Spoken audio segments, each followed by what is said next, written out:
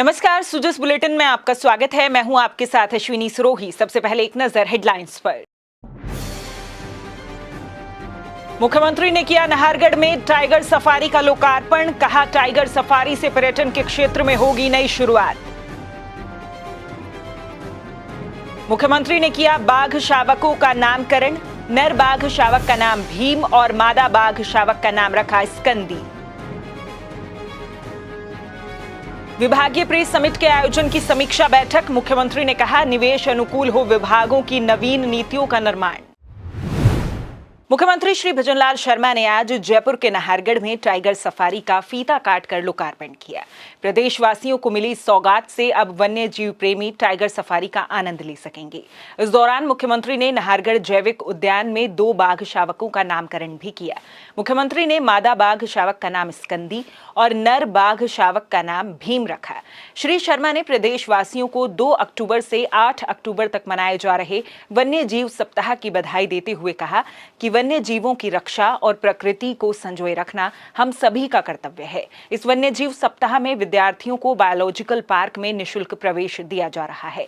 उन्होंने कहा कि वन विभाग और जेडीए के संयुक्त प्रयासों से आज शुरू हो रहे टाइगर सफारी से प्रदेश में पर्यटन को एक नई शुरुआत मिली है। साथ ही इससे बाघों के संरक्षण और संवर्धन को भी बढ़ावा मिलेगा। मुख्यमंत्री ने कहा कि राजस्थान वन्य जीवों के संरक्षण संवर्धन पर विशेष जोर दे रहा है। प्रदेश में 3 नेशनल पार्क, 26 अभ्यारण्य, 36 कंजर्वेशन रिजर्व और 4 बायोलॉजिकल पार्क विकसित किए गए हैं। मुख्यमंत्री श्री शर्मा ने कहा कि देश के यशस्वी प्रधानमंत्री श्री नरेंद्र मोदी द्वारा शुरू किए गए एक पेड़ मां के नाम अभियान और मुख्यमंत्री वृक्षारोपण महाअभियान के तहत 7 करोड़ पौधे प्रदेश में लगाए जा चुके हैं। उन्होंने कहा कि राज्य सरकार द्वारा हरियालो मिशन के तहत लगातार वृक्षारोपण किया जा रहा है, जिसके तहत आगामी 5 वर्षों में प्रत्येक वर्ष 10 करोड़ पौधारोपण किया जाएगा। श्री शर्मा ने अधिकारियों को नाहरगढ़ जैविक उद्यान में रोशनी और वन्य जीवों के लिए पानी तथा उद्यान के समुचित रखरखाव के लिए कार्य योजना बनाने के निर्देश दिए। इससे पहले श्री शर्मा ने परिसर में एक पेड़ मां के नाम अभियान के तहत वृक्षारोपण किया। उन्होंने इस दौरान विभिन्न स्कूलों से जैविक उद्यान में भ्रमण के लिए आए बच्चों से भी मुलाकात की।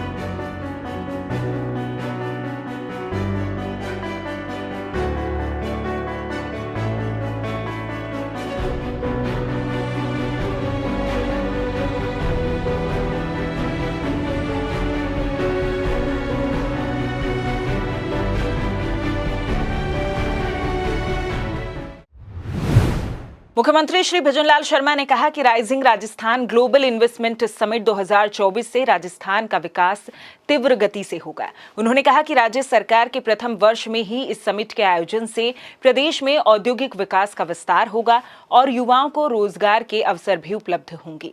उन्होंने निवेश से संबंधित एमओयू को समय से धरातल पर उतारने के निर्देश देते हुए कहा कि छोटे निवेशकों को भी तरजीह दी जाए।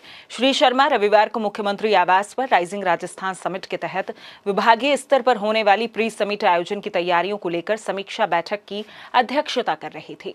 उन्होंने कहा कि पॉलिसी निर्माण का कार्य संबंधित विभाग गहन विश्लेषण कर पूरा करें, जिससे पॉलिसी सरल, स्पष्ट और गुणवत्तापूर्ण बने और इससे निवेशकों को निवेश करने में आसानी हो। श्री शर्मा ने कहा कि 9 से 11 दिसंबर तक आयोजित होने वाले राइजिंग राजस्थान समिट को महत्वपूर्ण विभागों की प्री समिट के आयोजन से मजबूती मिलेगी।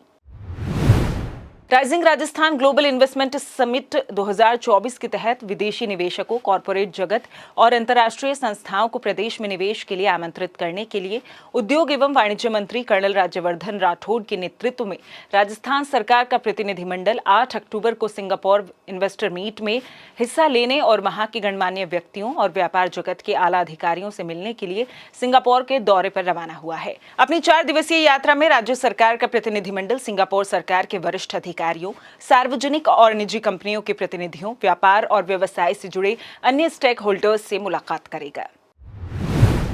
शासन सचिव पशुपालन, गोपालन एवं डेयरी डॉक्टर समित शर्मा की अध्यक्षता में पंत कृषि भवन में रविवार को rising Rajasthan global investment summit 2024 के आयोजन और उससे पहले 24 अक्टूबर को प्री समिट में व्यवस्थाओं के क्रियान्वयन के लिए विभागों के दायित्वों के निर्वहन के संबंध में बैठक का आयोजन किया गया।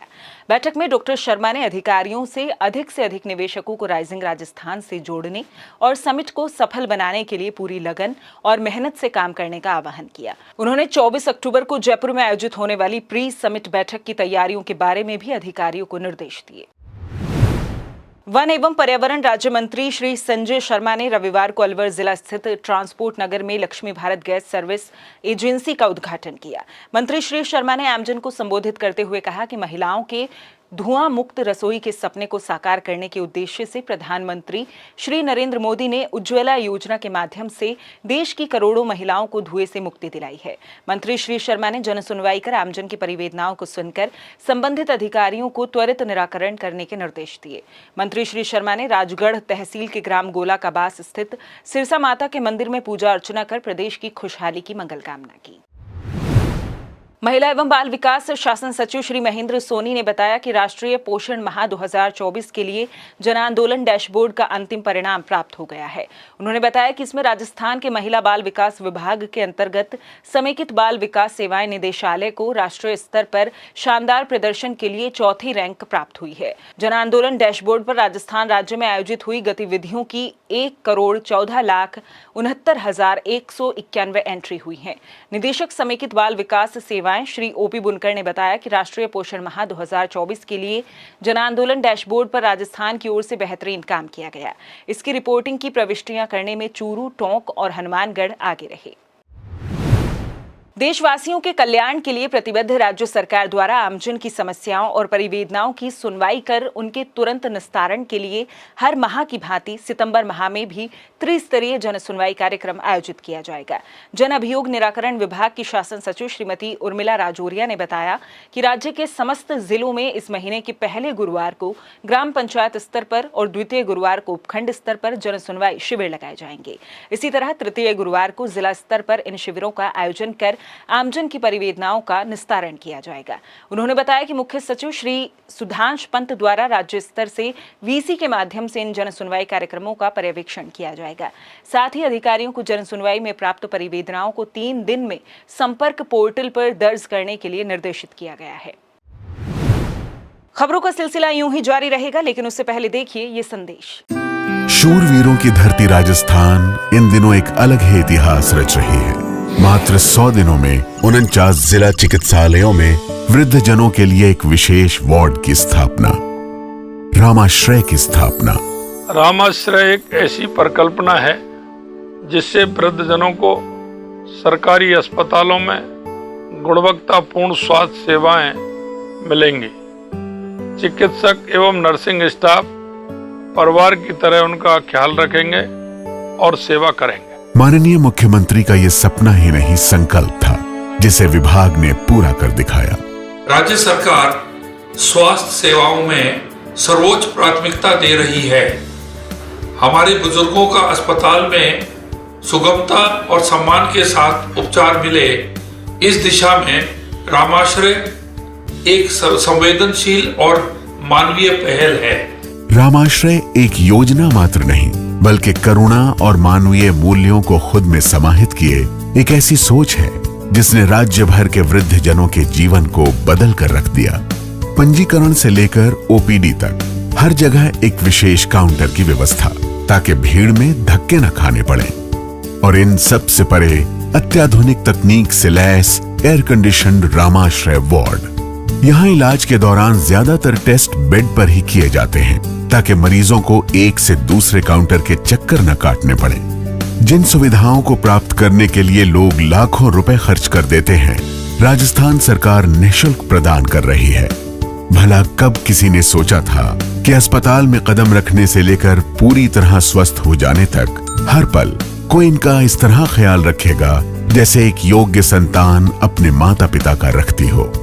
इन बूढ़े चेहरों पर खिली ताजा मुस्कान आभार है माननीय मुख्यमंत्री भजन लाल जी के प्रति, जिन्होंने वृद्धावस्था को स्वास्थ्य और सम्मान दोनों ही अर्पित किया है। सो जिस बुलेटिन में फिलहाल इतना ही, फिर होगी आपसे मुलाकात, तब तक के लिए नमस्कार।